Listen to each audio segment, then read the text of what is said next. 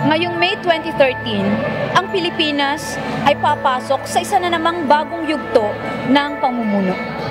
Maghahalal tayo ng mga leader na sa ating pananaw ay may kakayanang gabayan ang ating bansa para sa kabutihan. Pero bilang simbahan ng ating Panginoong Hesus, huwag nating kakalimutan na tayo ay may kapangyarihang iangat ang ating mga kababayan kung may paparanas natin sa kanila ang kaharian ng Diyos. We are the salt of the earth and the light of the world. Join JL Ubelt as we take a deep look into the Filipino soul and discover how God's kingdom can become a reality to our nation.